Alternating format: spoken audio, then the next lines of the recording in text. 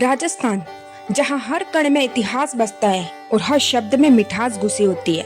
आज की इस वीडियो में हम बात करेंगे राजस्थानी भाषा के बारे में। एक ऐसी भाषा जो केवल संवाद का माध्यम नहीं बल्कि राजस्थान की आत्मा है।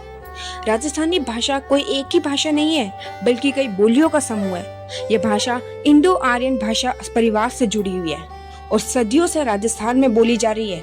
राजस्थानी भाषा में अपनापन, सम्मान और मिठास झलकता है और यही वजह है कि यहाँ के लोग खमागणी और राम राम सा जैसे शब्दों का इस्तेमाल करते हैं। राजस्थान में भौगोलिक और सांस्कृतिक विविधता के अनुसार लगभग 19 बोलियां बोली जाती है। पहली, मारवाड़ी भाषा।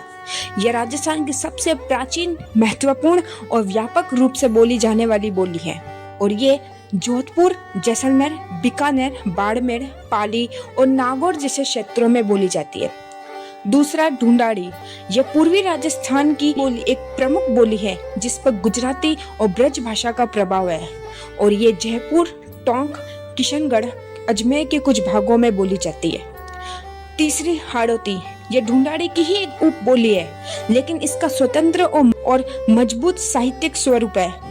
ये कोटा, बूंदी, बारा और झालावाड़ के क्षेत्रों में बोली जाती है। चौथा, मेवाड़ी।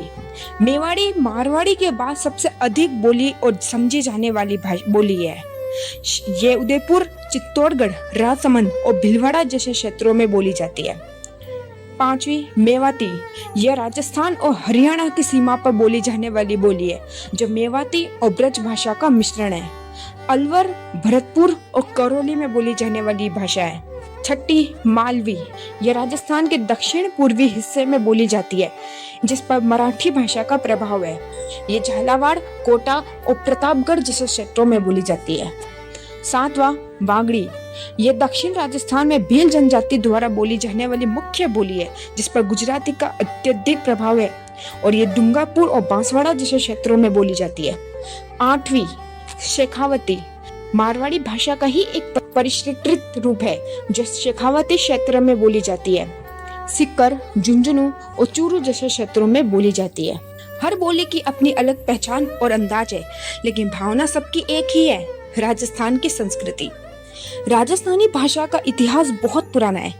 ये भाषा संस्कृत और प्राकृत से विकसित हुई है। मध्यकाल में राजस्थानी भाषा में कई वीर गाथाएं और लोकगीत लिखे गए।